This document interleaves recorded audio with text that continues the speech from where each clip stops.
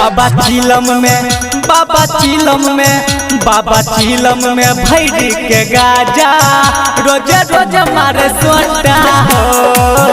बाबा चिलम में भैरी के गाजा रोज रोज मारे सोटा हो। जब चढ़ै छै सावन के महीना पीबै भांग दू लोटा हो। बाबा चिलम में भैरी के गाजा रोज रोज मारे सोटा हो। बाबा चिलम में भैरी के गाजा रोज रोज मारे सोटा हो। बाबा चिलम में भैरी के गाजा रोज रोज मारे सोटा हो। मंगुरा नवादा हरिओम बिहारी। बाबा भूत प्रेत संग नाचै छै हो, सब कहै छै बाती साचे छै हो। बाबा भूत प्रेत संग नाचै छै हो, सब कहै छै बाती साचे छै हो। घूमै बसहा के डोरी पकड़ के पेन्है छै लंगोटा हो। बाबा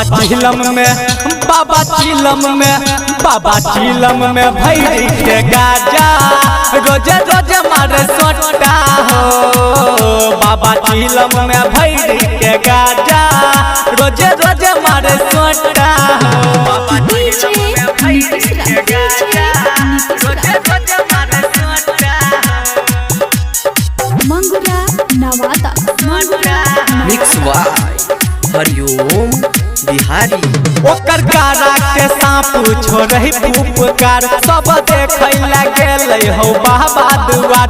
ओकर गारा के सांप छोड़ै फुफकार सब देखै गेलै हो बाबा दुआर।